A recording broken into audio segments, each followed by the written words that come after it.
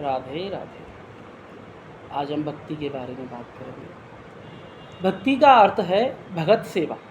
हर सेवा में कोई ना कोई ऐसा आकर्षण अवश्य होता है जो कि सेवा करने वाले व्यक्ति को क्रमशः यानी लगातार आगे की ओर बढ़ाता है। इस संसार में हमसे हर एक व्यक्ति चिरस्थायी रूप से किसी न किसी प्रकार की सेवा में लगा रहता है और इस प्रकार के कार्य से जो सुख मिलता है उसकी प्राप्ति के लिए ही वह ऐसा कार्य करने को अधिक उत्साहित रहता है। मतलब उस कार्य को करने के लिए उसके अंदर एक लालसा रहती है कि मैं इस काम को करूं और करूं। अपनी पत्नी और बच्चों के प्रेम से बंधा एक गृहस्थ व्यक्ति दिन रात काम करता है। एक समाज से भी इसी कारण एक बड़े परिवार के लिए काम करता है और एक राष्ट्र प्रेमी अपने देश और देशवासियों के लिए दिन रात इसी प्रकार कार्य करता है। वह व्यक्ति जो कि एक समाज से भी गृहस्थ और देश प्रेमी को प्रेरित करती है उसे रस कहते हैं। यहाँ एक प्रकार का रिश्ता जिसका स्वाद अति मधुर होता है। भक्ति रस उस साधारण रस से भिन्न होता है जो कि सांसारिक कर्मियों के द्वारा अनुभव किया जाता है। सांसारिक कर्मी एक विशेष प्रकार का रस जो इंद्रिय सुख कहलाता है उसे प्राप्त करने के लिए दिन रात कठिन परिश्रम करता है, किंतु सांसारिक रस अधिक समय तक नहीं रहता। इसलिए सांसारिक कर्मी हमेशा अपने सुख प्राप्ति के तरीके बदलते रहता है। एक व्यापारी पूरे सप्ताह काम करके भी संतुष्ट नहीं होता है, इसलिए सप्ताह के अंत में अपने नियमित कार्यक्रम की परिवर्तन की कामना करता है और ऐसे स्थान पर जाता है जहां पहुंचकर वह अपने व्यापार से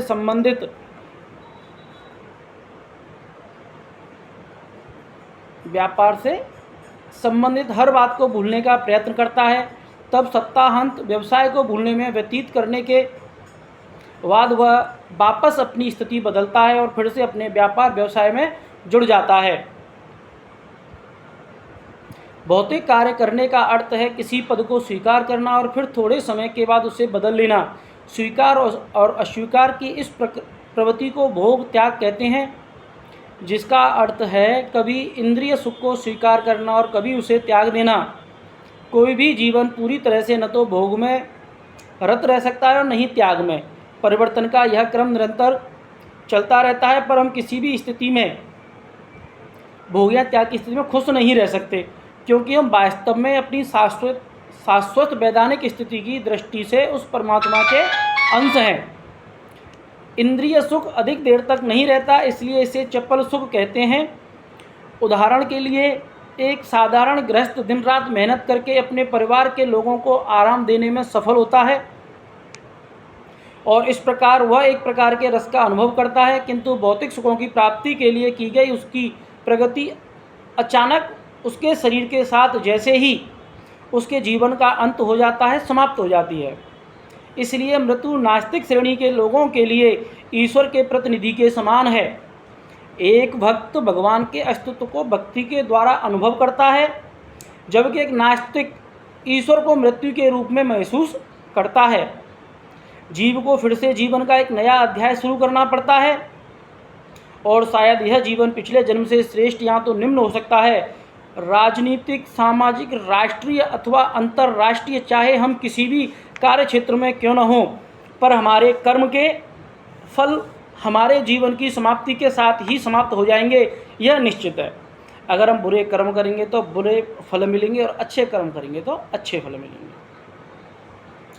बस एक भक्ति रस जिसके स्वाद का आनंद भगवान की प्रेम युक्त दिव्य सेवा में आता है, वही ऐसा रस है जो जीवन के अंत के साथ समाप्त नहीं होता है। यह अनंत काल तक चलता रहता है और इसीलिए इसे अमृत कहते हैं। अमृत अर्थात वह वस्तु जो कभी मरती नहीं है, अनंत काल तक विद्यमान रहती है। इस बात की पुष्टि हमारे वैदिक साहित्य में की गई है। श्रीमद् भगवत गीता में कहा गया है कि भक्ति रस की थोड़ी सी उन्नति भी भक्त को मानव जीवन रूपी मौके को खो देने के सबसे बड़े खतरे से बचा सकती है। जो रस हम सामाजिक जीवन, गृहस्थ जीवन परोपकारिता, समाज सेवा, राष्ट्रीयता, समाजवाद आदि की अनुभूतियों से प्राप्त करते हैं, वे हमें इस बात का कोई विश्वास नहीं दिलाते कि हमारा अगला जन्म मनुष्य योनि में होगा। हम अपने अगले जीवन की तैयारी इसी जन्म में ही अपने वास्तविक कर्मों के द्वारा कर लेते हैं। जीवन को इस जन्म के कर्मों के फल स्वरूप ही अगले जीवन में विशिष्ट प्रकार का शरीर मिलता है। जाको मतलब जी है जाके जैसे कर्म, जाको जैसो काम, बाको अगलो जन्म अगली योनि बाई साबते बाकू मिलेगी। बोलो यही बात पे राधे राधे, बोलो जय जय श्री राधे। जीवन की मूल प्रवृत्ति यह होती है कि वह किसी को प्रेम करना चाहता है। कोई किसी दूसरे से स्नेह किए बिना नहीं रह सकता। प्रेम करने की यह प्रवृत्ति सभी जीवों में होती है। बाघ जैसे जानवर में भी यह प्रवृत्ति होती है, चाहे वह सुप्त अवस्था में ही क्यों न हो। और मनुष्य में तो यह प्रवृत्ति निश्चित रूप से होती है। पर कमी सिर्फ एक ही बात की है कि हमें यह नहीं मालूम कि हम अपने प्रेम का आधार किसे बनाएं, जिससे कि सब सुखी हो सके। वर्तमान काल में मानव समाज में हमें यही सिखाता है कि अपने देश को प्यार करो या परिवार को प्यार करो या अपने आप को प्यार करो, लेकिन वह इस बात की कोई जानकारी नहीं देता कि हमें अपने प्रेम का आधार किसे बनाएं, जिससे हर व्यक्ति सुखी हो सके। वह कड़िए श्री कृष्ण भक्ति मार्ग हमें सिखाता है कि हम किस प्रकार अपने मौलिक प्रेम को भगवान श्री कृष्ण में बढ़ाएं और कैसे उस स्थिति को प्राप्त करें जिससे हम परमानंद के जीवन को भोग सकें।